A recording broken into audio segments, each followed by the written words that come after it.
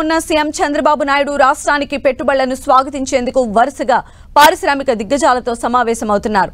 లండన్లోని the Langley బకింగ్హామ్ షైర్లో హిందూజా గ్రూప్ చైర్మన్ అశోక్ హిందూజా, ఆ సంస్థ యూరప్ చైర్మన్ ప్రకాష్ హిందూజాతో ముఖ్యమంత్రి భేటీ అయ్యారు. ఏపీలో పెట్టుబడులకు గల అవకాశాలను ముఖ్యమంత్రి వారికి వివరించారు. ఈ భేటీలో ఆంధ్రప్రదేశ్ ప్రభుత్వానికి హిందూజా గ్రూప్తో కీలక ఒప్పందం కుదిరింది. దశల వారీగా ఏపీలో 20,000 కోట్ల రూపాయల మేర పెట్టుబడులను పెట్టాలని హిందూజా గ్రూప్ నిర్ణయించుకుంది. ఇందుకు సంబంధించి రాష్ట్ర ప్రభుత్వంతో అవగాహన ఒప్పందంపైన సంతకాలు చేసింది.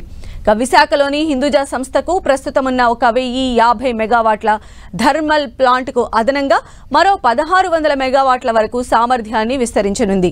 ఒక్కొక్కటి 800 మెగావాట్ల సామర్థ్యం కలిగిన 2 కొత్త యూనిట్లను స్థాపిస్తుంది. అలాగే రాయలసీమలో భారీ సౌర పవన విద్యుత్ ప్రాజెక్టులు ఏర్పాటు చేసింది. మరోవైపు ఆధునిక ఎలక్ట్రిక్ బస్సులు, లైట్ కమర్షియల్ వాహనాల తయారీ లక్ష్యంగా కృష్ణా జిల్లా మల్లవల్లిలో ఎలక్ట్రిక్ వాహనాల తయారీ యూనిట్ నెలకొల్పనుంది.